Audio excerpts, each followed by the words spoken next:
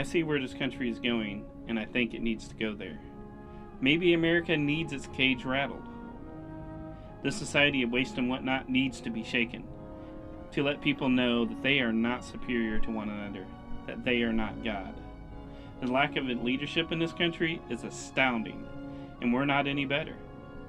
I live in a country where I can buy food to fill my shelves and then go out and eat something at a restaurant after unloading the groceries into the pantry. My closet's overflowing with clothes. My house is cluttered with things. And we waste our resources and our intelligence on non-essential things. At the end of the day, we have nothing to show for it. So we retreat to our homes and instead of spending time with our kids and our spouses, we hide in our corners and get on our devices and roam social media sites and waste even more time than any other generation. In fact, we waste more time than all previous generations combined. We complain about too much. We are offended too easily. We feel entitled. And instead of asking, we take. Everything is a race to make a buck and have the newest and greatest things. We live in a world of status. We feel obligated to make and do and see and be. We do not look out for each other. We just look out for ourselves.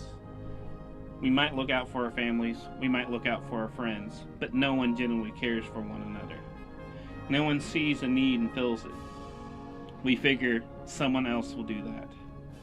We have entirely too much, and none of us are thankful for it. In fact, we always are looking for more.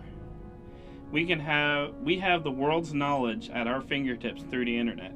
We can discover, we can learn about things, we can go places and explore many possibilities our grandparents never even dreamed of. Yet, we are nowhere near as brilliant as they were, even with this information. We used to remember people's names. We used to get connected to people, know their likes, their dislikes, what made them happy, what made them sad.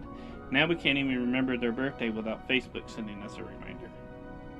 Instead of teaching our children to work at it and figure it out, we coddle them. We make it simpler for them to just give up.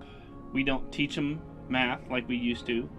We don't teach them how to read and write like we used to. We are dumbing down our children to be subordinate and have no cognitive thought. And it starts young. Kids' toys today mainly involve just pushing a button and letting the toy play with itself. There is no imagination in their hearts. They are interested in the outdoors. They're disinterested in going on adventures. They are quick to give up, mainly because they are handed everything. Every kid nowadays gets awarded even if they don't win. They are not motivated to work because of it. They feel that they can get help and they don't put forth the effort that they need to do to get forward and go through life.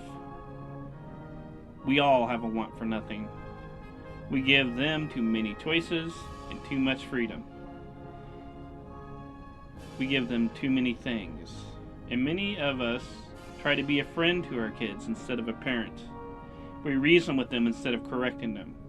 When you see a parent who is afraid to discipline their child because the law prohibits them from correcting their child, and where their child has no respect giving the business to their parents because their parent cannot reprimand them, you end up with the recklessness and disorder that is befallen America today. People, it's not a race issue. It's not a gender issue.